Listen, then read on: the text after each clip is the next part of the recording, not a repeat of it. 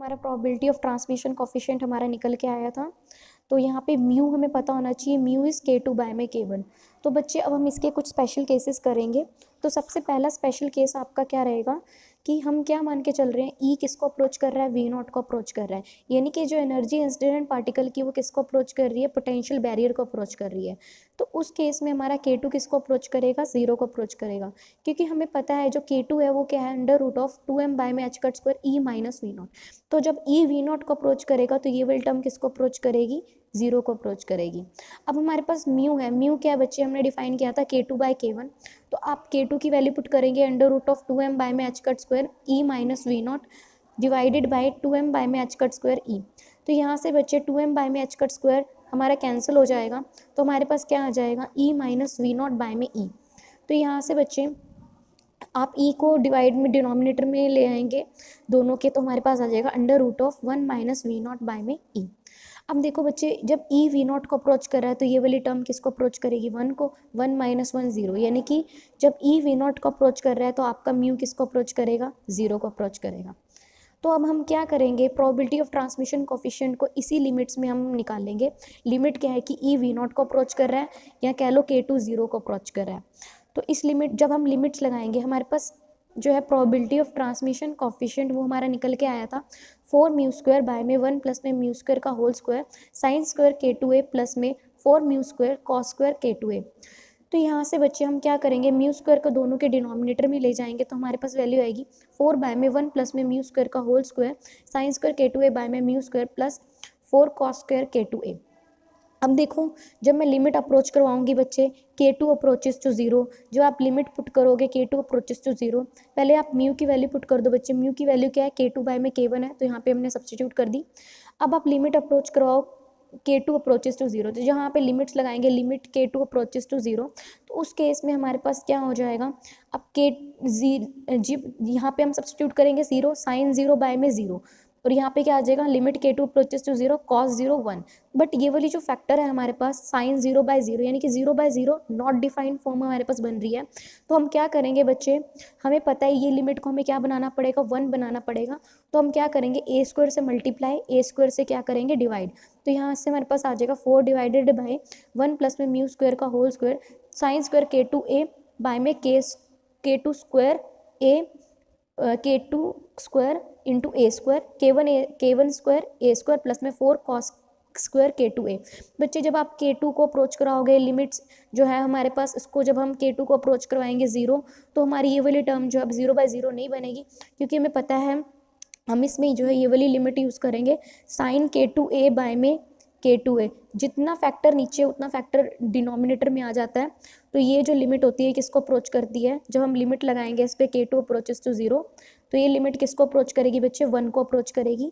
तो यहाँ से हमारे पास ये वाली टर्म हो गई 1, म्यू को आप पुट करोगे जीरो, तो 4 बाय में ये टर्म हमारी जीरो 1 इंटू K1 स्क्वायर ए स्क्वायर, तो क्या आ जाएगा 4 बाय में K1 स्क्वायर ए स्क्वायर प्लस में ये K2 approaches to zero, cos zero हमारा क्या होता है 1, तो हमारे पास ये क्या आ जाएगा प्लस में 4।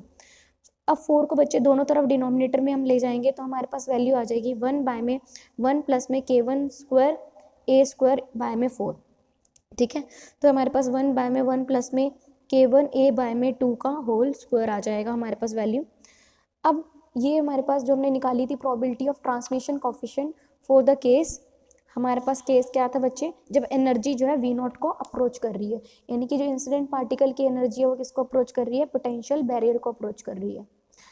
तो इसके बाद हमारा जब हम सेकंड केस करते हैं, तो सेकंड केस हमारा क्या रहेगा, तो सेकंड केस में हमारे पास क्या आएगी, तो सेकंड केस हमारा क्या हमने लिया, E is greater than V not.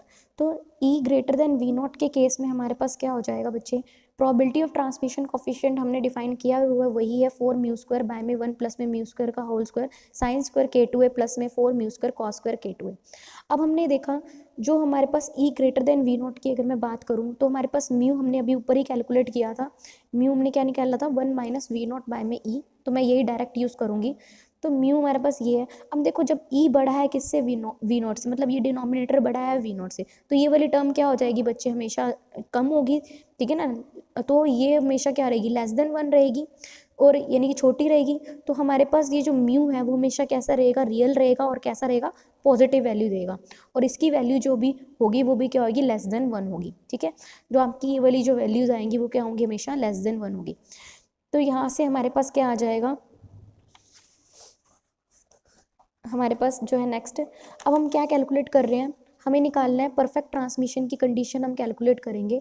आपको पता है फॉर परफेक्ट ट्रांसमिशन जो है प्रोबेबिलिटी के लिए, परफेक्ट ट्रांसमिशन कब होगा, जब आपका प्रोबेबिलिटी ऑफ ट्रांसमिशन यानी कि जो ट्रांसमिशन जो पार्टिकल है उसके ट्रांसमिट होने की जो प्रोबेबिलिटी है वो क्या होगी बच्चे, मैक्सिमम होगी। और मैक्सिमम कितनी हो सकती है प्रोबेबिलिटी ट्रांसमिशन की, वो 1 हो सकती है। तो परफेक्ट ट्रांसमिशन के लिए जो प्रोबेबिलिटी ऑफ ट्रांसमिशन है वो किसके इक्वल होगा बच्चे, 1 के इक्वल होगा। अब जो इक्वेशन नंबर 1 है हमारी, यानी कि सिंपल आपकी जो ट्रांसमिशन की इक्वेशन है, इसको आप इक्वेशन नंबर 1 ले लो। तो ये जो 1 इक्वेशन है इसमें आप सब्सटीट्यूट कर दोगे टी स्क्वायर की वैल्यू 1। जब टी स्क्वायर की वैल्यू हम 1 सब्सटीट्यूट करेंगे तो हमारे पास क्या आ जाएगा, 1 is equal to 4 mu square by में 1 प्लस में म्यू स्क्वायर का whole square sine square k2a plus में 4 mu square cos square k2a। तो यहाँ से बच्चे इसको इससे मल्टीप्लाई करेंगे तो हमारे पास आ जाएगा 1 प्लस में म्यू स्क्वायर का whole square sine square k2a plus में 4 mu square cos square k2a is equal to 4 mu square. अब बच्चे यहाँ से हमारा कॉस स्क्वायर k2a को हम पुट कर सकते हैं 1 माइनस साइन स्क्वायर k2a, बाकी टर्म एज इट इज।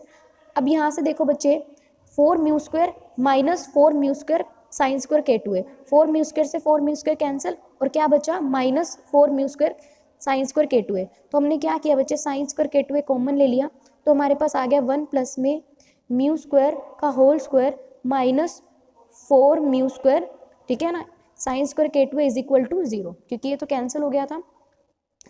अब देखो यहाँ से बच्चे जब हम इसको सॉल्व करेंगे, ये आपको सॉल्व खुद करके देखना है, इसका होल स्क्वायर का फॉर्मूला खोलेंगे 1 प्लस में म्यू 4 प्लस में 2 म्यू स्क्वायर आएगा, ठीक है, और यहाँ पे क्या आएगा माइनस 4 म्यू स्क्वायर। तो यहाँ से क्या आ जाएगा माइनस, जो हम इसको सॉल्व करेंगे आप करके देख सकते हो वैसे, तो यहाँ पे आ जाएगा 1 प्लस में म्यू 4 प्लस में 2 mu square minus 4 mu square. तो यहाँ से बच्चे और भी हम इसको लिख सकते हैं 1 माइनस में म्यू 4 प्लस में म्यू 4 माइनस 2 म्यू स्क्वायर। तो ये किसका फॉर्मूला बन जाएगा, 1 माइनस म्यू स्क्वायर का होल स्क्वायर का फॉर्मूला बन जाएगा। तो यहाँ से हमारे पास क्या आ जाएगा 1 माइनस म्यू स्क्वायर का whole square sine square k2a is equal to 0। अब देखो म्यू हमारा क्या है, लेस देन 1 है, तो ये लेस देन 1 है, तो ये वाली टर्म तो हम हमेशा क्या रहेगी, 0 नहीं हो सकती, ये वाली टर्म को हम 0 नहीं कंसीडर कर सकते, क्योंकि ये हमारा क्या है हमेशा लेस देन 1 रहेगा, तो ये टर्म हमारी 0 नहीं हो सकती, क्योंकि अगर हम 0 पुट करेंगे तो म्यू की वैल्यू क्या आ जाएगी 1, पर हम क्या कह रहे हैं म्यू क्या है, लेस देन 1 है, तो इसका मतलब जो इसके साथ वाला फैक्टर है इसको 0 होना पड़ेगा। तो sine square k2a is equal to 0, और कह सकते हैं हम sign k2a is equal to 0। तो यहाँ से साइन k2a 0 कब होगा, साइन 0 कब होगा, जब साइन इंटीग्रल मल्टीपल होगा किसका, पाई का, क्योंकि हमें पता है पाई 2 पाई 3 पाई इन पे क्या होता है साइन 0 होता है। तो यहाँ से बच्चे क्या आ जाएगा k2a is equal to n pi, इसे इक्वेशन नंबर 2 कह लो। यहाँ से a हम कैलकुलेट करेंगे तो n पाई बाय में k2, और हमें पता है जो ये जो हमारा प्रोपगेशन कांस्टेंट होता है इसका फॉर्मूला क्या होता है 2 पाई बाय में लैम्डा। तो यहाँ से हमारा a निकल के आ जाएगा n लैम्डा बाय में 2, तो हमारा a क्या निकल के आ गया n लैम्डा बाय में 2। तो यहाँ से हमें एक चीज़ पता चली, a क्या है बच्चे, विड्थ है किसकी, पोटेंशियल की। तो हमने जो बैरियर कंसीडर किया था, जो हमने बैरियर स्टार्टिंग में लिया था उसकी विड्थ क्या है, a है। तो यहाँ से हमें एक चीज़ पता चली, ये हमने क्या निकाली थी, condition of probability of transmission हमने निकाली थी, ठीक है ना। मैक्सिमम प्रोबेबिलिटी ऑफ ट्रांसमिशन कब होगा, तो परफेक्ट ट्रांसमिशन के लिए जो a है यानी कि विड्थ जो है पोटेंशियल बैरियर जो उसकी विड्थ जो है वो क्या होना चाहिए, इंटीग्रल मल्टीपल होना चाहिए लैम्डा बाय में 2 का। तो दोबारा से सुन लो, जो हमारा पोटेंशियल बैरियर है उसकी अगर हमें परफेक्ट ट्रांसमिशन चाहिए, परफेक्ट ट्रांसमिशन चाहिए मतलब सारी की सारी जो पार्टिकल है वो क्या हो जाए, ट्रांसमिट हो जाए, जो पार्टिकल है वो सारा ट्रांसमिट हो जाए। परफेक्ट ट्रांसमिशन के लिए हमें क्या चाहिए, जो पोटेंशियल है उसकी विड्थ कितनी होनी चाहिए, इंटीग्रल मल्टीपल होनी चाहिए लैम्डा बाय में 2 का, ठीक है। तो यहाँ से बच्चे अब ये जो हमारी कंडीशन है k2a is equal to n pi, इसको हम e और v की टर्म्स में, हम v0 की टर्म्स में हम एक्सप्रेस करते हैं।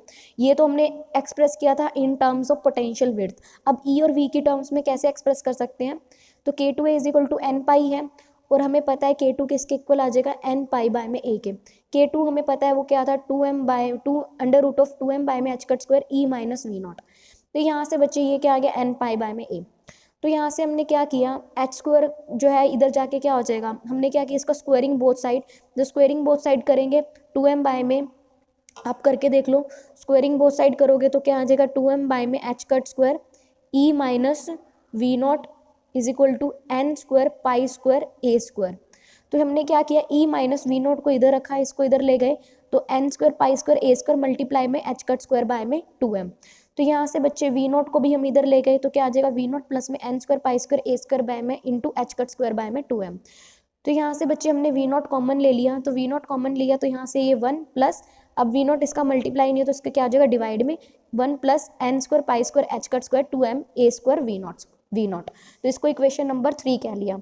तो हमने परफेक्ट ट्रांसमिशन के लिए जो हम इन टर्म्स ऑफ हमने एनर्जी हमने देखा है वो क्या होना चाहिए, इस तरह से होना चाहिए, E is equal to V nought into 1 plus में N square pi square H cut square by में 2m a square V not. तो यहाँ से परफेक्ट ट्रांसमिशन के लिए अगर मान लो हमारी जो एनर्जी है वो किसको अप्रोच कर रही है, इन्फिनिटी को अप्रोच कर रही है। जब एनर्जी इन्फिनिटी को अप्रोच करेगी तो म्यू जो है वो किसको अप्रोच करेगा, 1 को अप्रोच करेगा, क्योंकि वी नॉट बाय में इन्फिनिटी 1 बाय में इन्फिनिटी दैट इज 0, तो ये किसको अप्रोच करेगा बच्चे, 1 को अप्रोच करेगा। जब एनर्जी इन्फिनिटी को अप्रोच करेगी तो उस केस में हमारा म्यू किसको अप्रोच करेगा, 1 को अप्रोच करेगा। और जो हमारा प्रोबेबिलिटी ऑफ ट्रांसमिशन कोफिशिएंट है वो क्या निकल के आएगा बच्चे, 4 बाय में, अगर हमें पता है प्रोबेबिलिटी ऑफ ट्रांसमिशन कोफिशिएंट जो हमारा निकला हुआ था, जो हमारी स्टार्टिंग एक चीज़ हमारे पास निकल के आई कि जो टी स्क्वायर है, जो हमारे पास प्रोबेबिलिटी ऑफ ट्रांसमिशन कोफिशिएंट है, इसकी वैल्यू इंक्रीज करेगी जब हमारा ई फॉर द केस, हम कौन सा केस कंसीडर कर रहे थे, E is greater than V naught वाला, ठीक है ना, greater than equal to V naught वाला। तो क्या कह रहा है, टी स्क्वायर की वैल्यू जो है वो स्टडीली क्या करेगी, इंक्रीज करेगी। मैं यहाँ पे ग्राफिकली मैं आपको दिखा सकती हूँ। तो ग्राफिकली अगर हम देखें तो उसकी इस तरह से आएगा हमारे पास कि ये जो हमारा टी स्क्वायर और ई बाय में वी नॉट को हमने प्लॉट किया हुआ है, तो टी स्क्वायर की वैल्यू जो है ना वो इंक्रीज करेगी for the case E greater than V not के लिए, ठीक है ना, greater than equal to V not के लिए। तो स्टडीली इंक्रीज करेगी, जैसे जैसे आप ई को बढ़ाते जाओगे वैसे वैसे जो प्रोबेबिलिटी ऑफ ट्रांसमिशन है वो क्या होता जाएगा, बढ़ता जाएगा। और उसकी जो मैक्सिमम वैल्यू हम कब मिलेगी, परफेक्ट ट्रांसमिशन के लिए जो मैक्सिमम वैल्यू होती है वो कब होगी, जब ई की वैल्यू क्या होगी, is equal to V naught, यानी ई बाय में वी नॉट की वैल्यू क्या होगी, 1 प्लस में N square pi square H cut square 2m a square V naught, ठीक है ना।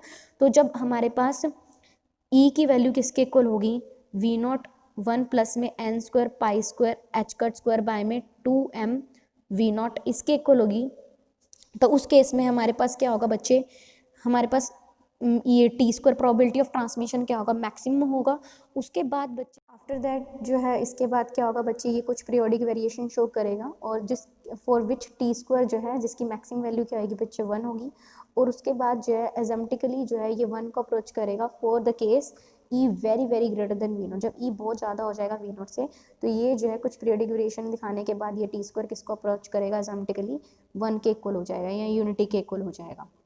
तो ये जो पीरियोडिक वेरिएशंस आई हैं बच्चे, ये जो है मैक्सिमम ये बहुत ज़्यादा कब होंगी, मोर प्रोनाउंस कब होंगी, जब हमारे पास जो कंडीशन हमने निकाली थी कि K2A is equal to N pi वाली कंडीशन, ठीक है ना, ये सेटिस्फाई होगी। उस केस में जो है मैक्सिमम जो है हमारे पास क्या निकलेगी, ये जो पीरियोडिक वेरिएशंस हैं वो क्या होंगी बच्चे, मैक्सिमम होंगी या मोर प्रोनाउंस्ड होंगी।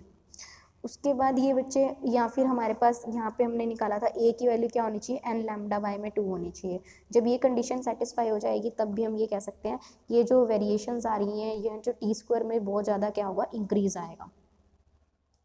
अब ये जो है बच्चे इस तरह से भी आप समझ सकते हो कि जो हमने वो कंसीडर किया है बैरियर वो बहुत थिन था, ऐसे ही आप थिन रिफ्रैक्टिंग लेयर अगर हम कंसीडर करें तो जो थिन लेयर होती है ना बच्चे, थिन रिफ्लेक्टिंग लेयर अगर हम ऑप्टिक्स में कंसीडर करें तो वहाँ पे ना परफेक्ट ट्रांसमिशन होता है, मतलब जो भी लाइट रेज आती हैं वो परफेक्टली ट्रांसमिट हो जाती हैं।